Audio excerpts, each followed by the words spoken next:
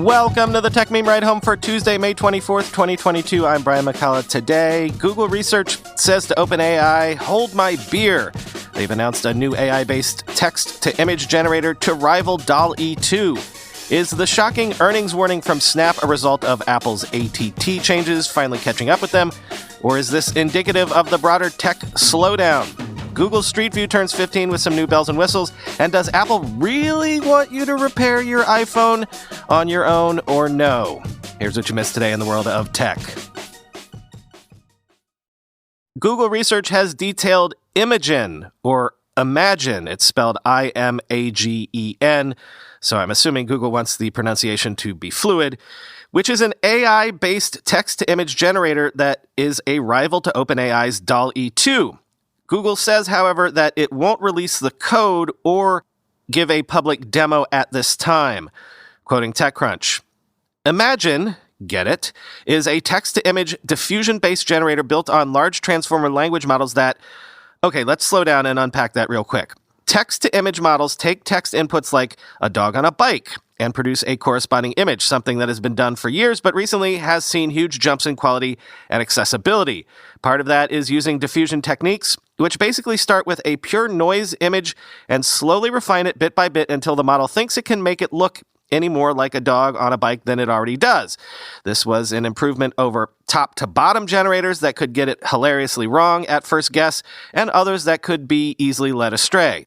The other part is improved language understanding through large language models using the transformer approach, the technical aspects of which I won't and can't get into here, but it and a few other recent advances have led to convincing language models like GPT-3 and others. Imagine starts by generating a small 64 by 64 pixels image and then does two super resolution passes to bring it up to 1024 by 1024.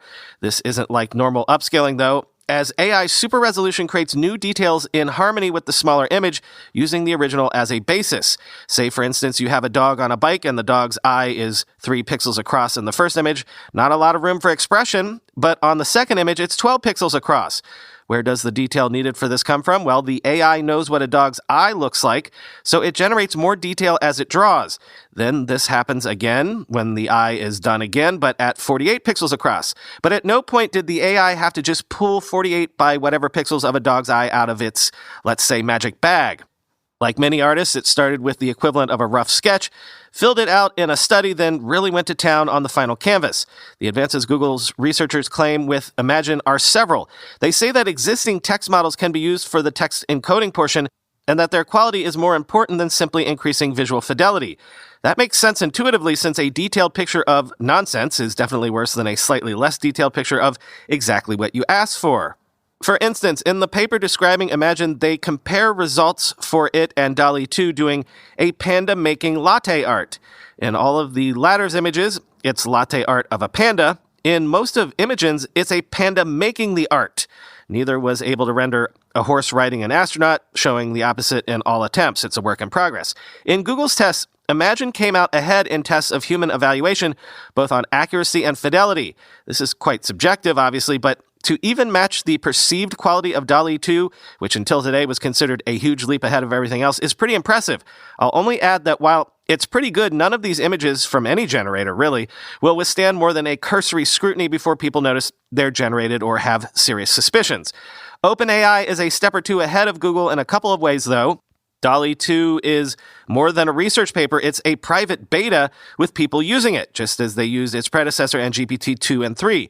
Ironically, the company with Open in its name has focused on productizing its text-to-image research, while the fabulously profitable internet giant has yet to attempt it, end quote.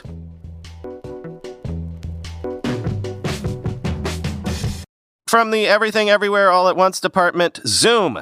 The emblematic COVID times tech company announced earnings that were really pretty good. They narrowly beat top-line estimates, and earnings handily beat earnings estimates.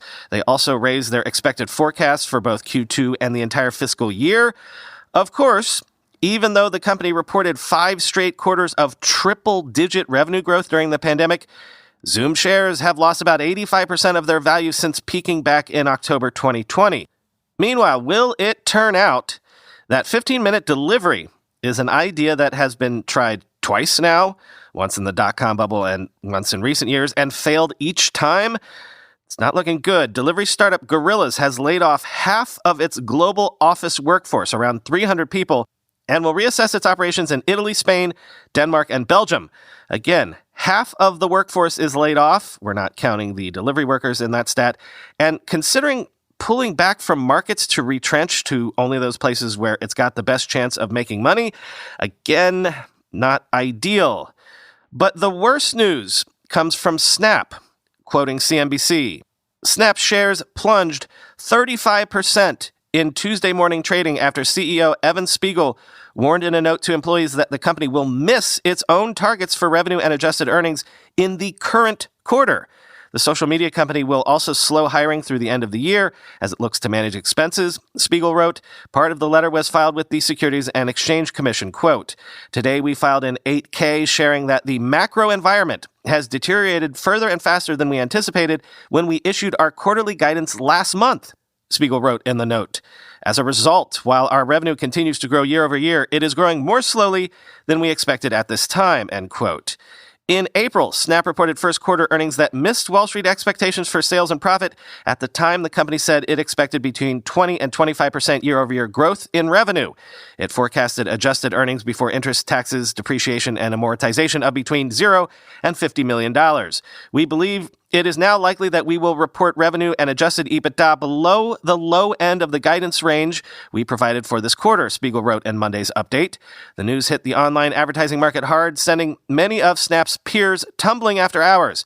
Shares of Facebook parent Meta dropped 7% in after-hours trading. Twitter fell almost 4%, while Pinterest slid 12%. Outside social media, shares of advertising companies also fell after hours. Google parent Alphabet was off more than 3%, while The Trade Desk fell more than 8%, end quote. So again, this wasn't even earnings. Business for Snap has turned south so quickly that they had to preemptively announce halfway between earnings reports that, next quarter earnings are going to be a disaster. And remember, we had lauded Snap on here, 3-6 months ago as having been emblematic as a turnaround success story. And again, they just reported earnings a mere 4 weeks ago. So things got so bad in just a few weeks that they had to pull the emergency ripcord. The progression of Snap's revenue growth just from the beginning of the year was 44% growth between January 1st and February 23rd.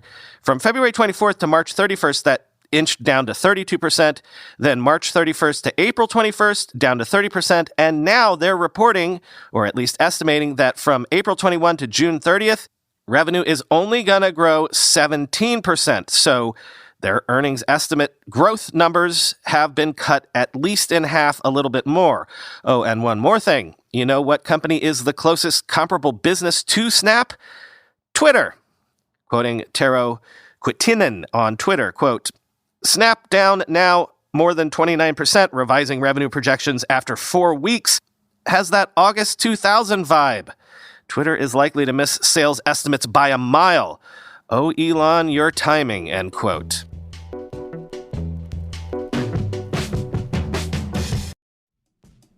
Want a new credit card but not sure how to choose? You don't need to apply for the first offer you see in the mail. Credit Karma can help you zero in on the right option for you and apply with more confidence. Maybe you love earning credit card rewards. Credit Karma can help you compare your rewards options so you can find a card that fits your lifestyle, helping you earn miles or cash back for spending you're gonna do anyway. Credit Karma uses your credit profile to show you offers that are tailored to your financial situation. Credit Karma partners with a wide range of card issuers so you can be sure you are exploring all sorts of options. Best of all, Credit Karma uses your credit data to show your chances of approval before you even apply, helping you apply with more confidence. Comparing cards on Credit Karma is 100% free and won't affect your credit scores. Credit Karma. Create your own karma. Ready to find the card for you? Head to Credit Karma and check out your personalized mix of offers today. Go to creditkarma.com or the Credit Karma app to find the card for you. That's creditkarma.com. This episode is supported by WorkCheck, an original podcast from Atlassian, makers of teamwork software like Jira, Confluence, and Trello. WorkCheck takes workplace practices like agile at scale, offsites, and dogfooding and separates the hype from the helpful. Each episode, two Atlassians debate how the practice should be applied, if at all. It's never been more important to think about the ways we interact with our teammates, whether we're heading back to the office or staying remote. So this season, WorkCheck is debating questions like, should you really wear PJs to a work Zoom? Could the 4-day work week be a game changer for your team? And should you only give your coworker feedback to their face? All that and more on this season of WorkCheck. I checked out the PJs on Work Zoom and the 4-day work week episodes of WorkCheck, and they're very valuable. Anyone working in tech, and frankly, anyone working in this modern environment in any industry, will have a lot of actionable takeaways from this show. Listen to WorkCheck on Apple Podcasts or anywhere you listen to podcasts. We'll also include a link in the show notes. My thanks to WorkCheck for their support. Hey, happy 15th birthday, Google Street View. In honor of the occasion, Google has announced several updates, including the addition of historical imagery on iOS and Android, and a smaller camera system for its cars. Quoting Engadget, the one change most people can immediately enjoy, though, is the ability to go back in time on Street View using Google Maps for Android or iOS. This feature has been available on the web for a while now, but it's being added to the Maps app for the first time. Accessing this historical data is pretty straightforward. Just get into Street View and tap anywhere on the image to pull up details about the location. After that, you'll find a See More Dates option that pulls in all other Street View captures for the location. Obviously, this will only work for locations where Google has a lot of historical Street View data, so what you'll be able to find will vary widely by location. Google says that how often it scans areas for Street View depends on factors like how frequently the area changes, how popular it is, and how difficult it is to get to. Street View first launched in San Francisco, New York, Las Vegas, Miami, and Denver, so those places will have the oldest historical data for the curious. For those interested in the hardware Google uses to get Street View data, the company is announcing a big update to its camera system. Google says that the new camera has all the resolution and processing capabilities that are in the full Street View car, but it's a 15-pound device that is, quote, roughly the size of a house cat. The company hopes this will make it easier to get data from undermapped areas of the world. One example of such a place Google gave was the Amazon jungle. A camera system this small, relatively speaking, will be a lot easier for Google to deploy in more areas. It can be shipped anywhere and mounted to any type of vehicle. As long as it has a roof rack, Google says it'll be good to go. Google says that historically it had to create totally new camera systems to fit whatever area they wanted to capture, but the new camera is modular and customizable. It'll serve as the base system that can be added to should the circumstances require it. For example, Google notes that the new camera doesn't have the LiDAR scanners typically found on Street View cars that operate in cities, but they can be added on when they're needed.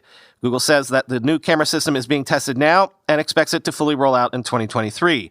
Finally, Google is adding 4 new collections of Street View imagery for some pretty noteworthy locales: the pyramids of Meroe in Sudan, the Duomo in Milan, Les Invalides in Paris, and the Sydney Ferries in Australia. The last one is coming later this year. The Duomo in particular shows off the inside of the largest cathedral in Italy, as well as the exterior, while there's a virtual tour available of Les Invalides in Paris, end quote. Finally today, remember how Apple bowed to pressure and said, okay, we're going to let folks order a repair kit so you can do things like replace, say, your iPhone's battery on your own, in your home. How, however, does that actually work out in practice? Well, quoting The Verge, I expected Apple would send me a small box of screwdrivers, spudgers, and pliers. I own a mini iPhone after all. Instead, I found 2 giant Pelican cases, 79 pounds of tools on my front porch. I couldn't believe just how big and heavy they were, considering Apple's paying to ship them both ways. I slipped my phone in a perfectly sized heating pocket that clamps a ring of copper around the iPhone's band to evenly distribute the heat and melt the seal around the screen. Realize in horror that I've invited the Hot Pockets jingle to live in my head rent-free, then spin a dial to raise the arm that separates the iPhone screen from its body. Or that's how it's supposed to work anyhow. The heating machine threw an error code partway through my first attempt, and Apple's manual didn't explain what to do if that happens after you've stuck your phone inside. So I wound up heating it twice in a row, and yet it still wasn't quite enough for my screen to immediately pop up when the suction cup arm began to lift the glass. The manual did cover that situation, making me spin a second hidden knob to put more pressure on the suction cup, but I started freaking out when I saw what looked like cracks spider cracks across the screen. Turned out it was just suction cup residue, end quote. By the way, I'm skipping around a lot here. This is a long piece, and the piece goes into the whole details of the process in order, but I'm going to skip around and pick and choose my quotes, quoting again. The single most frustrating part of this process, after using Apple's genuine parts and Apple's genuine tools, was that my iPhone didn't recognize the genuine battery as genuine. Unknown part, flashed a warning. Apparently, that's the case for almost all of these parts. You're expected to dial up Apple's third-party logistics company after the repair so they can validate the part for you. That's a process that involves having an entirely separate computer and a Wi-Fi connection, since you have to reboot your iPhone into diagnostics mode and give the company remote control, which, of course, defeats a bunch of the reasons you'd repair your own device at home. Yeah, none of that surprised me. What surprised me was the price tag, $69 for a new battery, the same price the Apple Store charges for a battery replacement, except here I get to do the work and assume all the risk, $49 to rent Apple's tools for a week, more than wiping out any refund I might get for returning the old used part, and a $1,200 credit card hold for the toolkit, which I would forfeit if the tools weren't returned within 7 days of delivery. Let's be clear, this is a ridiculous amount of risk for the average person who wants to just put a new battery in their phone, and it's frankly weird for Apple to insist on you covering the full value of the tools. It's not like when you rent a car, they make you put down $20,000 as a safety deposit, my colleague Mitchell Clark points out. I should also mention the Pelican cases landed on my door 2 days before the battery arrived, so I only had 5 days to do the job before that $1,200 deadline. The more I think about it, the more I realize Apple's self-service repair program is the perfect way to make it look like the company supports right-to-repair policies without actually encouraging them at all. Apple can say it's giving consumers access to everything, even the same tools its technicians use, while scaring them away with high prices, complexity, and the risk of losing a $1,200 deposit. This way, Apple gets credit for walking you through an 80-page repair instead of building phones where, say, you don't need to remove the phone's most delicate components and 2 different types of security screws just to replace a battery. I don't think Apple expects anyone to seriously take it up on the offer of self-service repair kits. It stacked the deck in favor of taking your phone to an Apple store where it can tempt you to buy something new instead. The real victory will come months or years down the road, though. That's when Apple can tell legislators it tried to give right-to-repair advocates what they wanted, but that consumers overwhelmingly decided Apple knows best, end quote.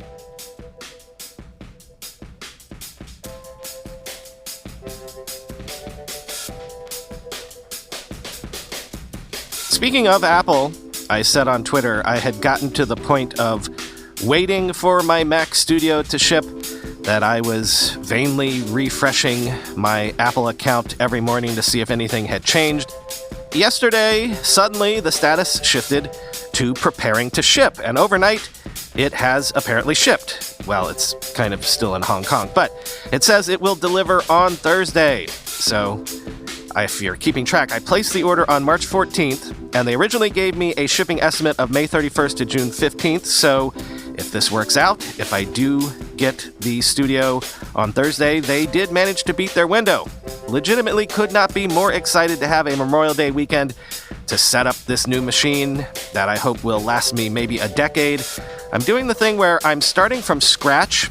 I'm not going to restore from a time machine backup of my iMac, but the only problem with this is my wife has an account on this iMac where she has like 300 gigabytes of files backed up to an account on there, and she has inexplicably forgotten the password to that account.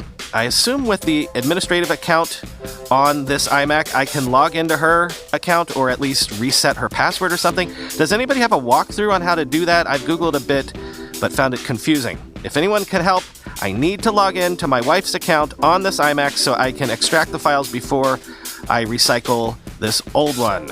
Anyone that can help, please email me or DM me on Twitter. Thanks in advance. Talk to you tomorrow.